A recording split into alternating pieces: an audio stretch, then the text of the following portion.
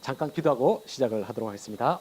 하나님 아버지, 저희들이 이제 새 장소로 모여서 또 이곳에서 예배를 드리고자 합니다. 하나님 아버지께서 저희들 붙들어 주시옵시고 저희들이 이곳에서 새로 시작하는 그 과정을 주께서 축복하여 주시옵소서.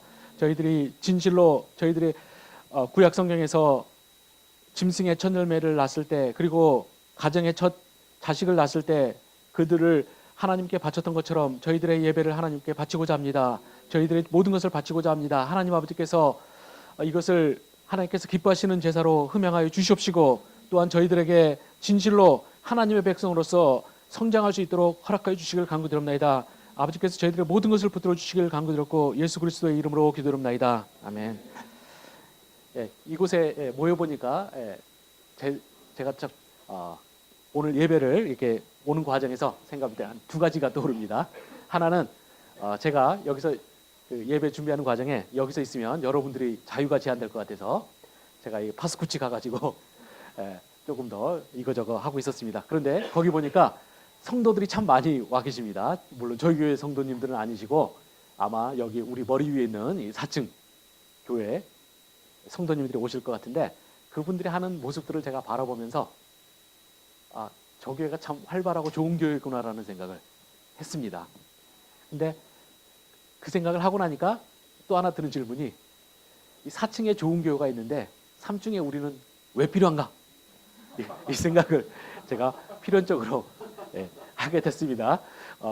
예전에 우리들이 이제 한국에 교회가 너무나 많다고 하면서 이렇게 이 건물마다 이렇게 십자가 한 개씩 달려 있는 거 안 좋다는 이야기를 했고, 저도 그 이야기를 많이 했던 사람인데, 이거는 뭐 건물마다 한 개씩도 아니고 바로 우리 머리에 교회가 하나 있고 우리가 또 하나 교회가 있을 때 이것이 과연 어떨 것이냐라는 그 고민을 제가 했습니다. 그리고 이제 두 번째는 제가 오늘 예배를 여기 드리면서 보건데, 우리가 굉장히 저번에 드리던 곳보다 좀 좁아졌습니다. 근데 이 좁아진 곳을 보면서 안 좋은 느낌이냐? 사실은 그거보다는 좋은 느낌이 더 많았어요. 마치 뭐 같은 느낌이냐면 유명 맛집들 생각이 났습니다. 우리가 여러분 진짜 맛집들 가서 보시면 아시겠지만 굉장히 환경이 열악하죠. 굉장히 좁고 한 60년대 그 하숙생 치는 그 같은 상에서 정말 하숙생한테 주는 밥 같은 밥이 나와요. 근데 그런 교회가 보통 줄 서 있죠.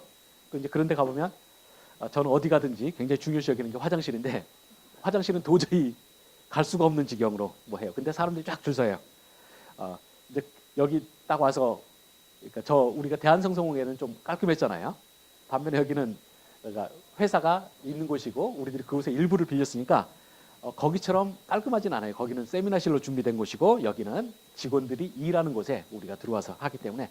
근데 이런 것을 보면서 우리들이 정말로 하나님 앞에서 선한 마음을 가지고 선하게 하면 이곳이 맛집과 같은 곳이 되지 않을까라는 생각을 합니다. 그래서 저는 제가 오늘 예배 드리기 전까지는 우리가 잘 돼가지고 될 수 있으면 빨리 벗어나자 이 생각을 많이 했는데, 이 맛집을 생각하니까 또 생각이 좀 달라졌어요. 왜 그러냐면 그 맛집들의 그 아주 진리 중에 하나가 뭐냐면, 그렇게 환경이 별로 안 좋은데 거기서 사람들이 막 미어 터질 때 장사가 잘 돼요. 근데 그 집이 장사가 잘 돼서 확장을 하면 꼭 망한다고 그럽니다. 왜냐하면 사람들이 그 새로운 환경에 적응을 못하는 거예요. 그리고 또 괜히 왠지 그런 곳은 맛집 같지 않은 거죠.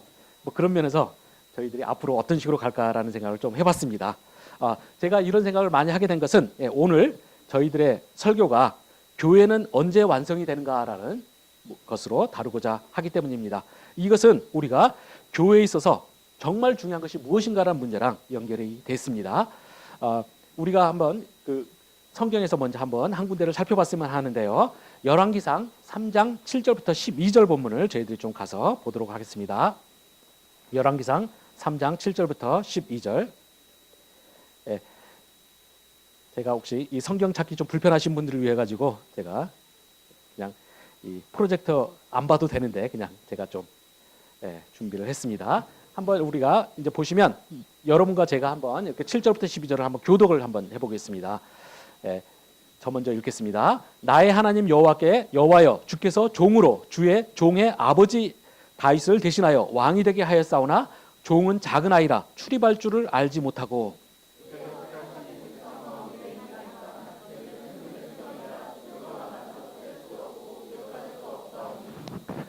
누가 주의 이 많은 백성을 재판할 수 있사오리까? 듣는 마음을 종에게 주사 주의 백성을 재판하여 선악을 분별하게 하옵소서. 이에 하나님이 그에게 이르시되 내가 이것을 구하도다. 자기를 위하여 장수하기를 구하지 아니하며 부도 구하지 아니하며 자기 원수의 생명을 멸하기도 구하지 아니하고 오직 송사를 듣고 분별하는 지혜를 구하였으니.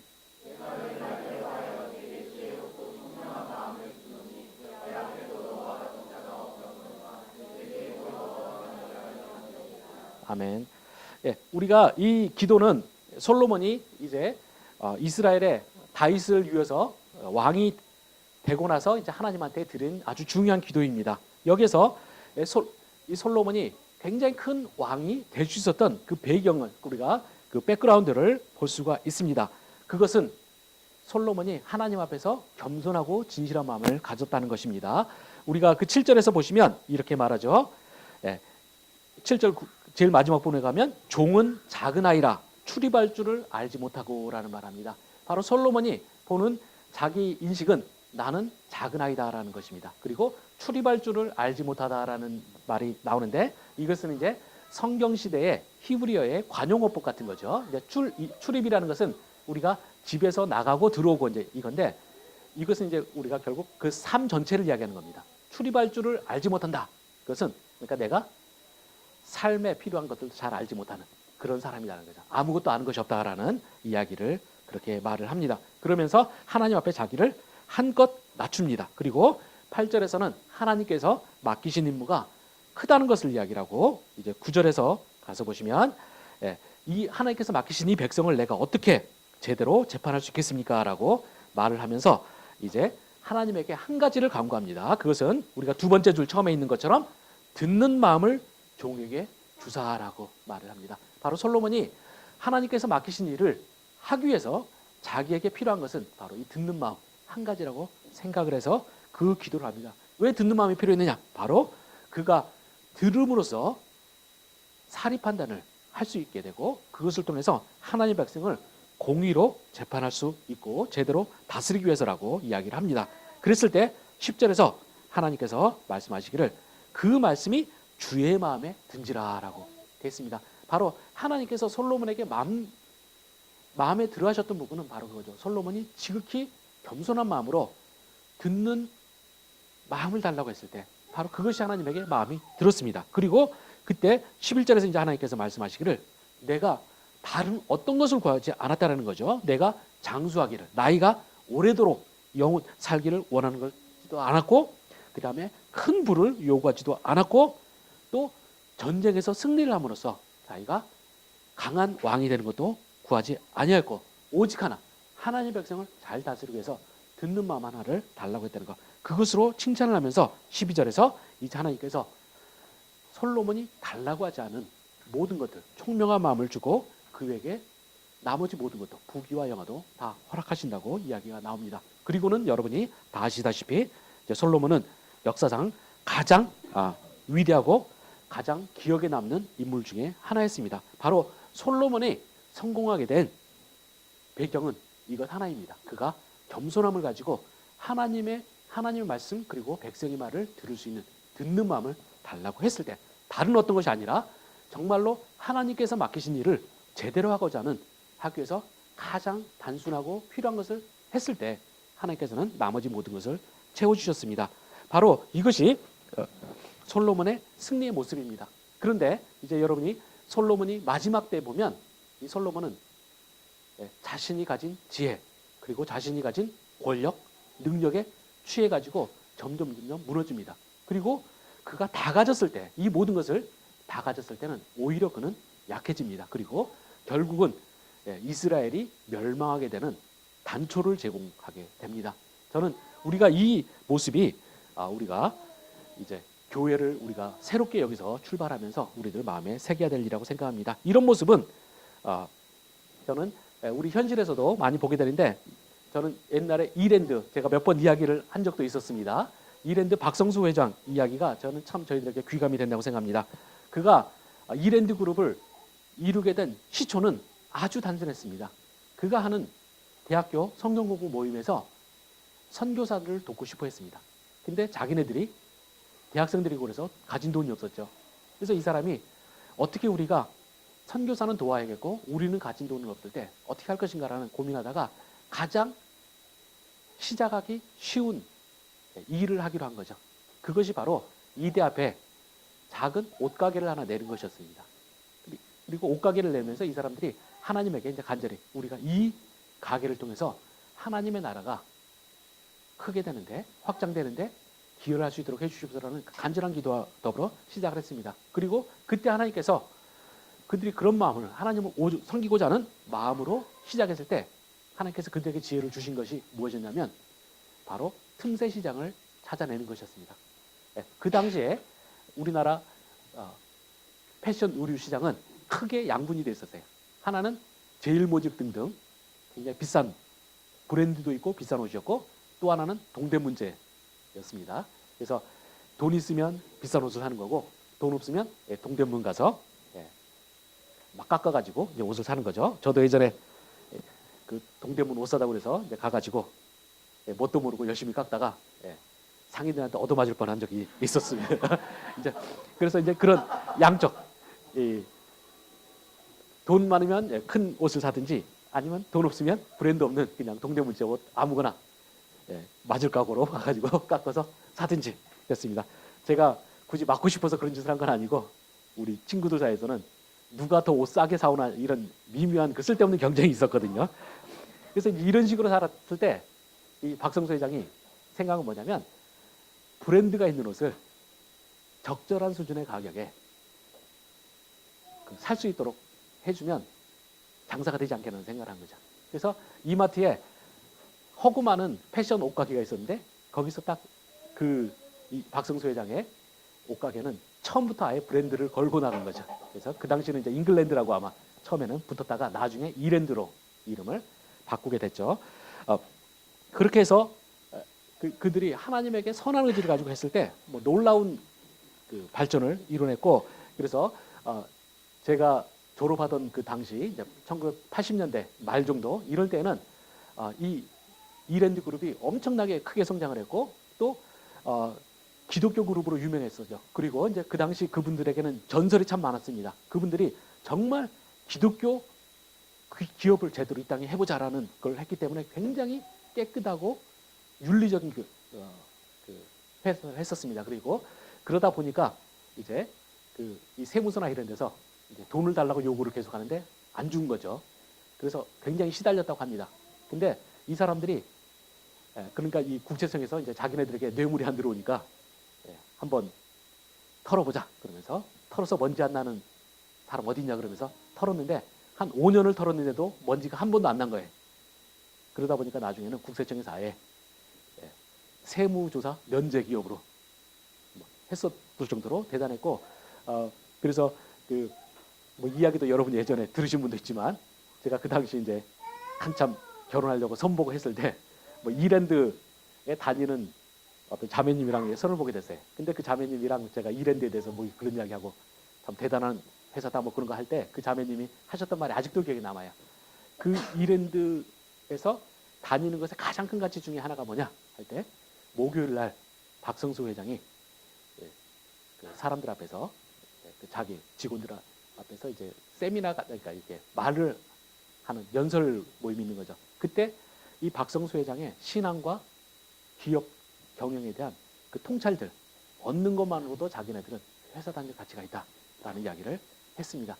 그 정도로 건강을 했었습니다. 근데 물론 이제 이랜드도 제가 볼 때는 그 초기에 그런 정신이 이제 무너지면서 제가 볼 때는 그 뒤로는 우리가 90년대, 2000년대 지나면서 안 좋은 소리도 많은 듣게 되는 기업으로 변화를 했던 것 같습니다. 우리들이 교회를 우리가 이제 새롭게 이곳에서 출발할 때 우리들은 그래서 좀 고민을 해봐야 되는 것이죠. 우리에게 정말로 중요한 것은 무엇인가? 우리가 무엇을 추구해야 될 것인가라는 생각을 좀 해봐야 될 거라고 생각합니다. 그런 면에서 오늘 읽었던 출애굽기 40장 1절부터 16절 말씀은 저희들에게 아주 좋은 가르침을 준다고 생각합니다. 이 본문은 이제 성막을 건설을 하고 성막을 이제 제작을 하는 과정을 쭉 거쳐서 이제 마지막으로 최종적으로 그 성막의 내용들을 건설하고 조립하는 장면을 가지고 그리고 있습니다. 그래서 이 오늘 본문을 통해서 드디어 성막이 완성이 돼서 세워집니다. 그런데 제가 이 본문을 보면서 여러분들과 나누고자 하는 것은 이 성막을 세웠을 때 이 성막이 진짜로 완성이 되는 것은 언제인가라는 것을 보고자 합니다. 제가 그것을 제목을 우리 오늘 설교 제목으로 바꿨을 때 이렇게 되는 거죠. 교회를 세울 때 교회는 언제 정말로 완성이 되는가? 이 문제를 우리들이 고민해 봐야 됩니다. 여러분이 이게 뭔 알아먹을 수 없는 제목이냐 이 생각을 하실 수도 있습니다. 그런데 그 이유는 이 본문을 자세히 보시면 이 교회가 또는 성막이 완성되는데 사실은 몇 단계가 더 존재하는 거예요. 우리가 단순하게 건물 딱 짓고 나서 끝 이게 아니라는 거죠. 그래서 그런 면에서 우리가 본문을 보고자 합니다. 우리가 이 본문을 그래서 좀 더 자세하게 들여다보면 이 본문은 겉에는 서론과 결론 빼고 이제 크게 내용이 두 개로 나뉩니다. 그걸 좀 더 자세히 보시면 먼저 외곽들로서 1, 2절이 서론 역할을 하고 16절에서 결론을 냈습니다. 그래서 2절에서 성막을 모세가 세웠다 이렇게 나오고요. 그 다음에 16절에서 하나님의 말씀대로 모세가 정말 그렇게 했다. 이런 내용이 이제 서론과 결론을 형성하고 있고요. 그 안에 보시면 성막 건설의 이야기가 크게 두 가지로 나뉘는데 2절부터 8절은 성막의 외형적 건물의 완성을 다루고 있습니다. 그리고 9절부터 15절은 외형적이 아니라 내면적인 건물의 내형적인 성막의 완성을 다루고 있습니다. 그래서 크게 외적인 것과 내적인 것을 다루고 있습니다. 제가 그 중에서 첫 번째 부분은 제가 다음 주에 다시 한번 제가 이 부분을 다루면서 저희들이 좀 고민을 해보도록 하겠고요. 그 다음에 우리가 외형 이제 그래서 2절부터 15절 부분에 좀 내면적인 우리들이 좀 본문 자체에 또 집중해서 다루고자 합니다. 이 본문 자체도 앞에서 말한 것처럼 크게 이렇게 두 가지로 나눠지죠. 2절부터 8절은 외적 건설, 그 다음에 9절부터 15절은 내적 건설로 이렇게 나눠지는데 이 부분은 여러분이 성경을 보시면 여러분이 성경 원어를 모르시더라도 선명하게 나뉩니다. 왜 그러냐면 2절부터 8절의 내용은 전부 다 보면 외적인 건설 작업에 대한 걸 나타내는 단어들이 사용됩니다. 거기 여러분이 한번 기회가 되시면 동그라미 쳐가시면서 보시면 도움이 될 겁니다. 건물을 세우고 들여놓고 또는 놓고 두고 이런 개념으로 계속 나타납니다. 이런 것들이 단어를 지배하고요. 두 번째 내적 건설 부분은 관유 그러니까 승인하는 기름을 바르다라는 개념 또는 그리고 거룩하게 하다라는 이런 내용이 나옵니다. 이제 이런 면에서 여러분이 동사의 차이를 가서 보시면 외적이고 물질적 건설과 내적이고 영적 본질적 건설 부분이 확연하게 나뉘는 것을 볼 수가 있습니다. 그리고 여기서 우리가 이제 내적, 영적, 본질적 부분도 다시 보면 두 부분으로 나뉘는데 9절부터 12절은 성막을 구성하는 각 요소들의 기름을 붓는 내용. 그래서 물질에 거룩하게 하는 작업, 성화 작업이 있고요. 12절부터 15절은 인간의 성화 부분을 나옵니다. 거기에 성막에서 사역을 할 사람들, 아론과 제사장들에게 기름을 부어서 그들을 거룩하게 만드는 작업이 나오는 것을 볼 수가 있습니다. 이것을 우리가 묶어보면 이런 식으로 대강 볼 수 있겠죠. 성막은 우리들이 생각할 때는 막연하게 생각하면 성막이라는 것은 하나의 건물이라고 생각을 할 수가 있습니다. 그리고 이 건물을 우리들이 지성소, 성소, 뜰 그리고 거기에 번제단 이런 것들을 지으면 그래서 그걸 다 조립을 하면 성막이 완성됐다고 생각을 할 수가 있습니다. 그런데 사실은 우리 본문은 그런 외적인 건물의 조립 과정을 건설이라고 하지 않습니다. 여러분들이 그 점을 잘 기억하셔야 되고요. 우리들이 그래서 건물을 지었을 때 그것은 단순히 외형적인 껍질의 완성일 뿐이고 더 중요한 부분은 무엇이냐? 바로 그렇게 완성된 건물이 바로 하나님께서 승인하시는 기름을 발라서 각 부분을 지성소에 기름을 바르면서 이것이 하나님한테 거룩하게 바쳐지기를 그 다음에 성소에 기름 바르고 번제단에 바르고 하는 작업 그것이 더 중요하다는 것이죠. 우리가 건물이 아무리 좋아봤자 그 자체로는 결코 의미가 없다는 것이죠. 바로 거기에 하나님께서 승인하는 기름이 발라져야만 됩니다. 그래서 우리도 마찬가지죠. 우리 건물에서도 우리가 지금 들어와서 이곳에 살지만 건물의 외적인 것이 중요한 것이 아니라 이곳이 정말로 하나님의 기름을 부은 장소이냐 이것이 더 중요하다는 것이죠. 그리고 그보다 더 중요한 부분은 무엇이냐? 바로 이 성막이 아무리 하나님께서 거룩하게 인친 곳이라 할지라도 그곳에 안에서 들어가서 예배를 드리는 자들이 준비가 되지 않으면 아무 필요가 없는 것입니다. 그래서 우리가 이 성막 건설에서도 제일 마지막에 클라이맥스를 형성하는 부분은 바로 아론과 제사장에게 기름을 부어서 세우는 것이죠. 그리고 이것은 단순히 이 사역자들만 거룩해서 되는 것은 아니고 우리들이 신약에서 우리가 만인 제사장주의라고 부르지 않습니까? 저만 제사장이 아니라 하나님 앞에서 여러분들도 다 제사장이에요. 그런 면에서 결국은 교회를 진정으로 완성시키는 것은 무엇이냐? 바로 이 안에서 예배를 드리는 사람들이 완성이 되어야만 되는 것입니다. 그래서 여러분들이 각자가 하나님 앞에서 하나님의 승인의 기름 부으심을 우리가 받아야만 되는 것이고요. 그리고 그걸 받아서 우리 자신이 진정으로 하나님 앞에서 거룩해지는 과정을 가져야지만 진정한 교회라고 할 수가 있습니다.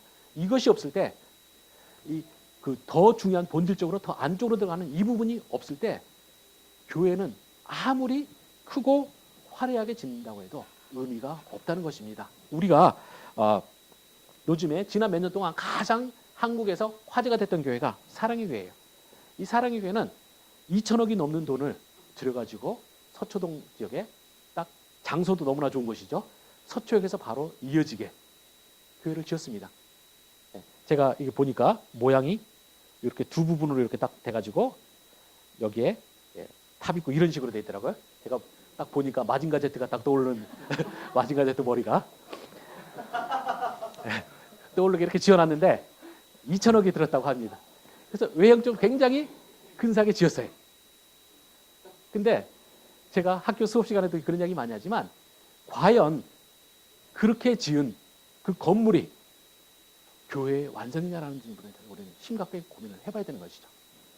그 2천억을 들였든 아니면 2조를 들였든지 간에 그곳이 진짜로 하나님께서 그곳을 승인하는 곳이어야 교회는 완성이 되는 것이고, 그 하나님께서 승인을 안 하시면 그 교회는 얼마나의 돈을 들이든지 아무 의미가 없다는 것이죠.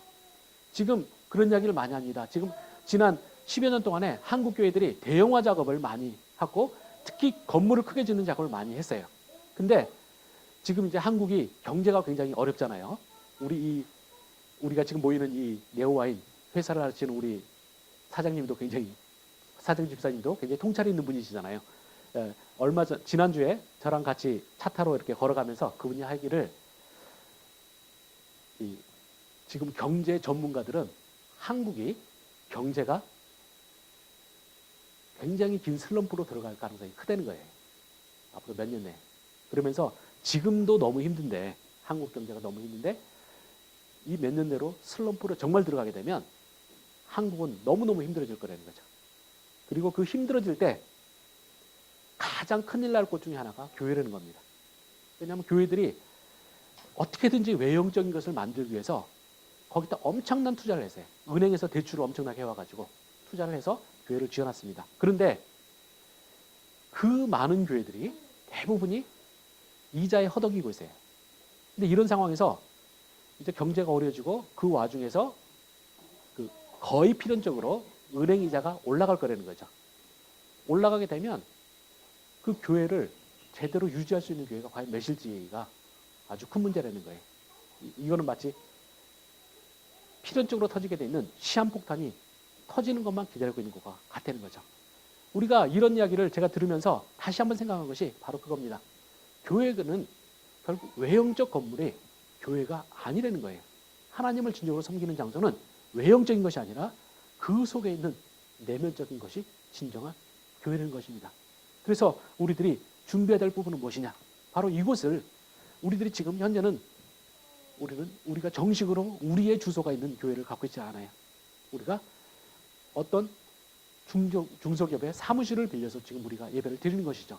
우리가 이런 속에서 자꾸 우리들이 그런 꿈을 꿀 수가 있습니다. 우리 아까 찬양하면서 우리 영준 형제가 생각이 참 많을 거라는 이야기를 했습니다. 우리 구성원들이. 저도 생각이 많습니다. 굉장히 많은 순간 빨리 이곳을 벗어나서 이런 생각을 했었습니다. 그런데 제가 설교를 하면서 다시 한번 고민하건데 그것이 우리의 목표가 돼서는 절대 안 된다는 것이죠. 하나님께서 허락하시면 뭐 우리들이 하나님께서 허락하시는 과정에서 가장 자연스러운 방식으로 뭐 교회를 하면은 그것도 좋을 수가 있습니다. 그렇지만 그것은 우리들의 하나님을 섬김에 있어서 껍질일 뿐이 되는 거죠. 더 중요한 것은 무엇이냐? 우리가 어느 곳에 있든지 내가 그곳을 진정으로 하나님의 승인을 받는 교회로 우리들이 갖고 나가는 거죠. 이것이 굉장히 중요한 것이죠. 그래서 저는 이제 이곳에서 우리가 모이는 우리 첫 예배를 드리는 저희 우리 모든 우리 외담교회 성도님들에게 촉구를 하고 싶습니다. 여러분들이 이곳이 우리가 여기서 얼마 있을지 그건 알지 못합니다. 여기서 계속 있을 수도 있는 것이고 아니면 이곳을 떠날 수도 있어요.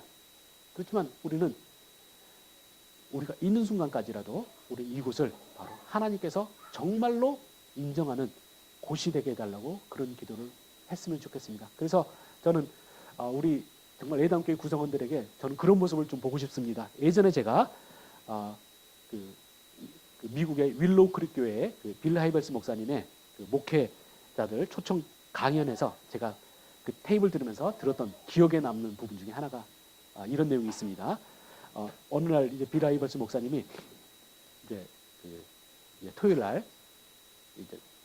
날은 이제 주로 윌로우 크릭 철치에서는 이제 새신자들 또는 아니면 비신자들 모아서 모임을 가졌는데 그런 이런저런 준비를 하면서 이분이 그냥 교회당을 왔다 갔다 하면서 이제 그냥 있었어요. 근데 지나가다 보니까 어떤 자매 한 분이 어느 한 곳에 앉아서 정말 빈 예배당에서 간절하게 기도를 하고 있더라고요.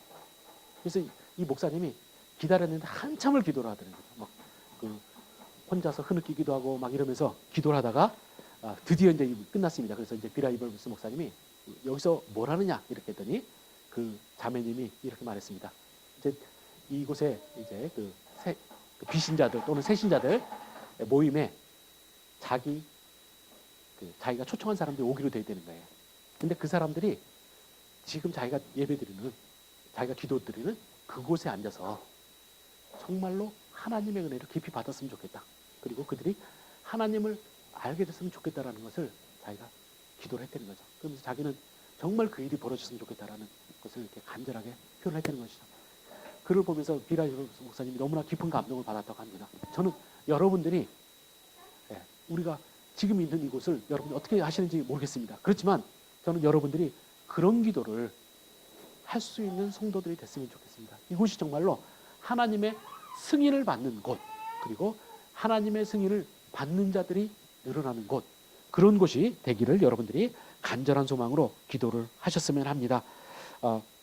그래서 저는 지금 여러분들이 현재 우리가 가진 이 부분을 신경 쓰지 마시고 이거보다 더 큰 것, 이 속에 더 본질적인 것을 추구하셨으면 합니다.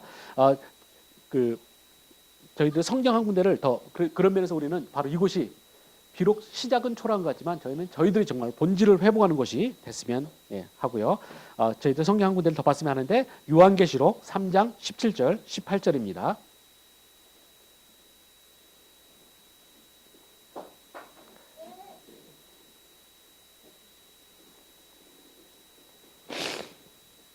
요한계시록 3장 17절 18절 우리가 하나님께서 이 라오디게아 교회에게 주신 말씀입니다. 거기에서 보시면 이렇게 말합니다.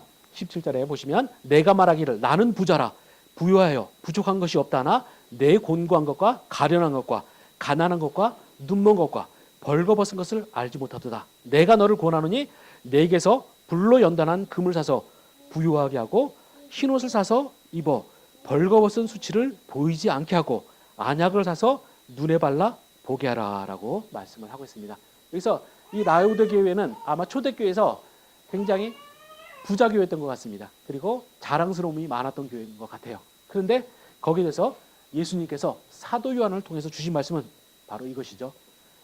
라오디게 교회 너희는 스스로를 부르기를 나는 부자라라고 말을 한다는 것이죠.